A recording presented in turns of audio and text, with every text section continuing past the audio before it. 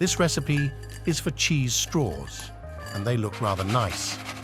First, it grates the parmesan. Then it grates the cheddar and keeps these cheeses separate. It wants you to know that the full recipe will be in the description. It then takes the cheese puff pastry from a recent video, you should totally check that one out, and rolls it out to a squarish shape.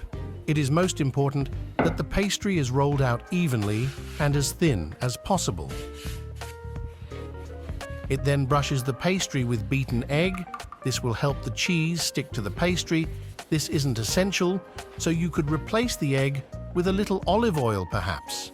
It then remembers that it has some shawarma paste in the fridge and quite rightly decided to brush some of that lovely stuff on the pastry. It now sprinkles the grated cheddar evenly over the pastry.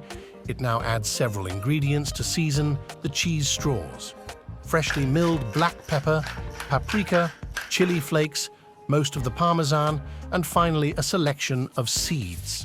It is convinced that by simply adding seeds to a recipe, it automatically becomes super healthy. It is obviously an idiot, and do not take dietary advice from it.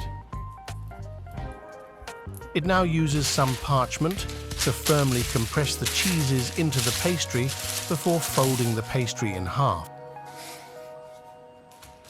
It wants you to know that this is a technique video, so you can add or remove ingredients to your liking.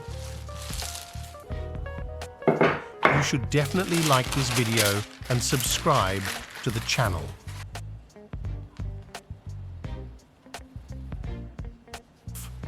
Now that the cheese is sandwiched between the pastry, it rolls it out again to about 4 millimeters or 1/8 of an inch.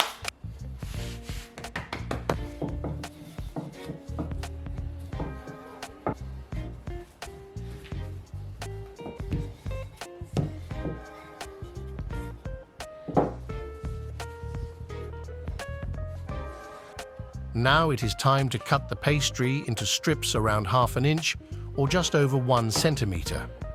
Holding the pastry strip at both ends, it rotates in alternate directions to create an attractive corkscrew effect.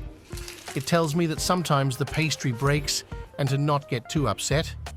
They may not all look beautiful, but they will taste gorgeous. It sprinkles the remaining parmesan over the pastry as it loves how this makes them look when baked. Before placing in a preheated oven, it bakes for 10 minutes.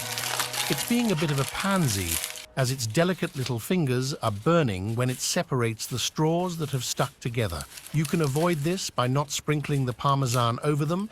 It returns the straws to the oven for another 10 minutes or so, or until they are all lovely and golden brown. It wants to know about your favorite snacks and to please let it know in the comments.